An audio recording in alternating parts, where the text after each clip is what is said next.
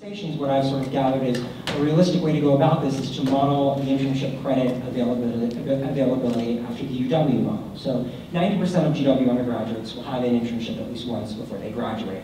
Part of our strategic plan is to incorporate experiential learning into our degrees, and of course there's this huge cost barrier, so many students don't do that. What I'm interested in doing again is look at the UW model, where if a student is taking 15 academic credits in a semester, they can then have the option to take an additional 3-credit internship on top of that without having to pay for the 18th credit, much like what we do with UW.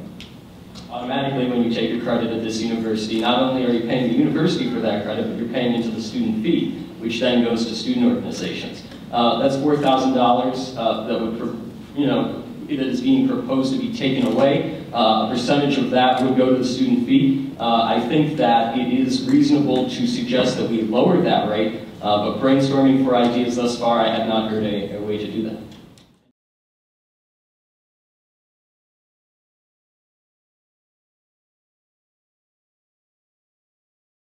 Working towards improving these services, constantly making sure that students have access to quality mental health care.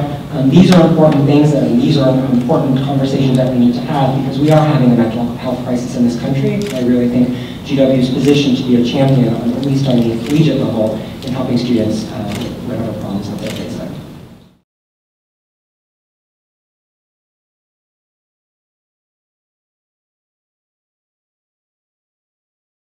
What I want to do is engage alumni in a whole new way. What I want these Career Services Center to do is reach out to alumni and say, you can offer mentorship programs to our students where they will come follow you around for 1 week as an alternate alt break, and we can really see what our, those who went before us as GW alumni are doing now in the field.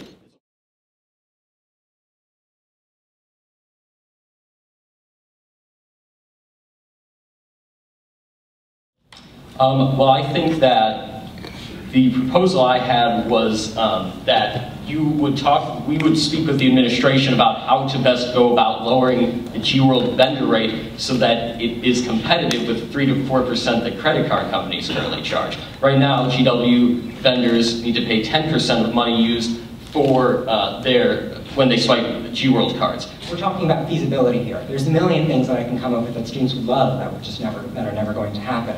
Everything in my platform are things that I've not only obviously thought long about, but have developed an action plan for, and in some instances have laid the groundwork to begin to complete. You're not going to find me promising things that are really popular with the student body that are never going to happen, because I really think that has a coercive effect on the relationship between students and the SA. And if we're going to accomplish things as a student advocacy organization, we need to be unified and working together. All right, we have gone.